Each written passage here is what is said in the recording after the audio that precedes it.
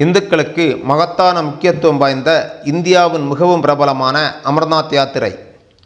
உலகில் மர்மமான ஆராதனை பகுதிகளில் ஒன்றான அமர்நாத் ஸ்ரீநகரிலிருந்து 145 கிலோமீட்டர் தூரத்தில் அனந்தநாக் மாவட்டத்தில் கடல் மட்டத்திலிருந்து 3888 அடி உயரத்தில் 150 அடி உயரமும் 90 அடி வீதியும் கொண்டு இயற்கையாக அமையப்பெற்றிருக்கிறது.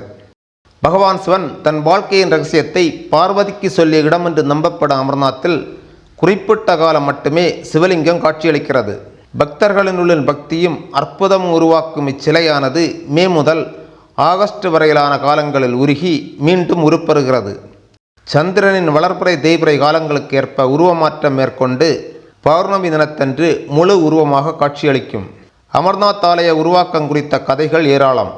பார்வதி தேவி பகவானிடம் வாழ்க்கையின் ரகசியத்தை கேட்டபோது பகவான் தன் வாழ்க்கையின் ரகசியத்தை கேட்பவர்கள் மீண்டும் மறுபிறவி எடுக்க வேண்டி வருவதால் பார்வதியும் அழைத்து சிவன் ஹிமாலயத்தில் உள்ள அமர்நாத்துக்கு கிளம்புகிறார். போகும் வழியில் தன்னுடைய வாகனமான நந்தியை பாகல்காமிலும் பாம்பை ஷேஷ்நாக்கிலும் பஞ்சபூதங்களை பஞ்சுதரணியிலும் விட்ட பிறகு அமர்நாத் குகைக்கு வந்தார். அங்கு வாழ்க்கையை பற்றி பார்வதி தேவியிடம் சொல்கிறார்.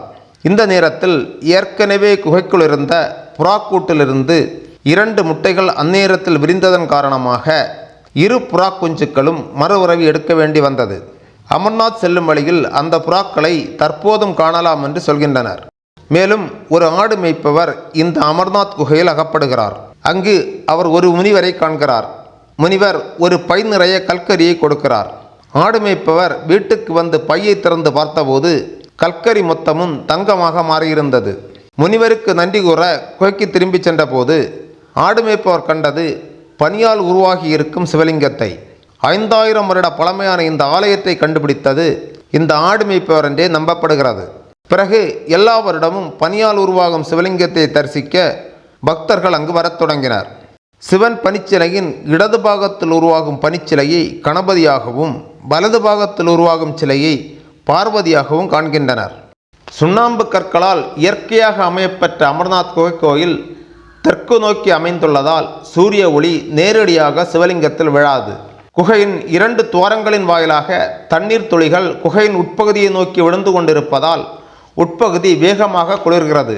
எலும்புக்கள் மரத்து போகும் அளவு குளிரோடு இயற்கை அழகு முற்றி நிற்கும் இங்கு செல்ல வேண்டுமானால் அதிக முன்னேற்பாடுகள் செய்ய வேண்டி வரும். யாத்திரையின் வெற்றிகரமான ஏற்பாட்டை ஸ்ரீ அமர்நாத் யாத்திரை அறக்கட்டளை செய்கிறது. மேலும் இந்திய இராணுவம், மத்திய மாநில அரசுகள் மற்றும் அரசு சாரா நிறுவனங்கள் முயற்சிகளால் பக்தர்களுக்கு சிறந்த வசதிகள் கிடைக்கின்றன. பிரதானமாக 2 வழிகளில் கோயிலுக்கு செல்லலாம். ஸ்ரீநகரிலிருந்து 90 கிலோமீட்டர் தொலைவில் உள்ள பால்டால் தாழ்வரை வரை பஸ்ஸிலோ காரிலோ சென்ற பிறகு 14 கிலோமீட்டர் தூரம் நடந்து போகலாம். அதிக சாகசம் நிறைந்த யாத்திரை விரும்புபவர் பாகல்காம் வழியாக செல்லலாம். அமர்நாத் குகையிலிருந்து சுமார் 47 கிலோமீட்டர் தொலைவில் உள்ளது யாத்திரையின் முதல் படி பாகல்காம். பாகல்காமிலிருந்து 16 கிலோமீட்டர் தொலைவில் 9500 அடி உயரத்தில் உள்ள சாந்தன்வாரி. பின்னர் 3 கிலோமீட்டர் தொலைவில் 11730 அடி உயரத்தில் அமைந்துள்ள பிசு சிகரம். பிசு சிகரத்திலிருந்து 9 கிலோமீட்டர் தொலைவில் உள்ள ஷேஷ்நாக். அதைத் தொடர்ந்து 12 கிலோமீட்டர் முன்னால் 12000 அடி உயரத்தில் அமைந்துள்ள பஞ்சுதரணி. பஞ்சுதரணியில் இரவு தங்கிய பின் 6 கிலோமீட்டர் தொலைவில் உள்ள அமர்நாத்திற்கு செல்லலாம். தற்போது இந்தியன் ஆர்மி ஹெலிகாப்டர் சர்வீஸ் நடத்துகிறது. இவ்வளவு தூரம் நடக்க முடியாத யாத்ரீகர்கள் எளிதாக கிடைக்கும் ஹெலிகாப்டர் சேவையை தேர்வு செய்யலாம். அமர்நாத் பாதை சரி செய்து பயணம் இலகுவாக்கும் காரணத்திற்காக அமர்நாத் சிறிய குகையிலிருந்து எடுக்கும் விபூதி பக்தர்களுக்கு கொடுக்கும் உரிமை பாக்கூர் என்ற கிராமத்து முஸ்லீம் மதத்தவருக்கு. ஒரு வருடத்தில் ஒரு தடவை 52 நாட்கள் தொடரும் அமர்நாத் யாத்திரைக்கு ஆன்லைன் புக்கிங் அவசியம். கட்டுப்பாடான நடவடிக்கைகளுடன் ஒவ்வொரு யாத்திரையும் ஆரம்பிக்கிறது. அரசிடமிருந்து அனுமதி கிடைத்தவர்களுக்கு மட்டுமே இங்கு செல்ல முடியும்.